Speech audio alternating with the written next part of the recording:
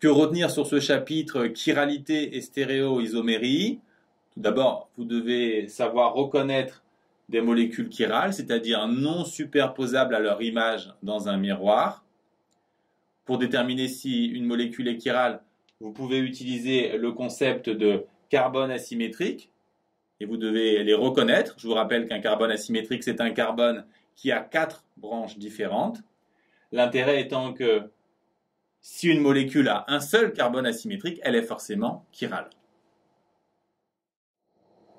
L'un des objectifs principaux de ce chapitre est de déterminer les types d'isomérie. Vous devez savoir que si des isomères ont des formules planes différentes, on parle d'isomères de constitution. On a vu en particulier les isomères Z2 des alcènes.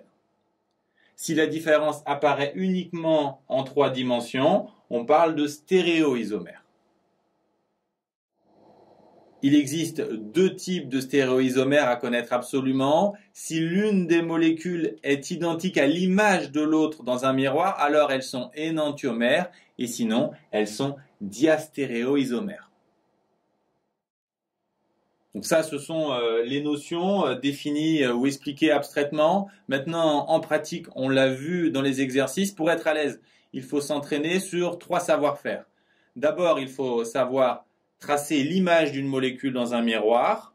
Il faut également savoir retourner une molécule dans sa représentation de crâne. Et enfin, s'entraîner à faire pivoter des liaisons.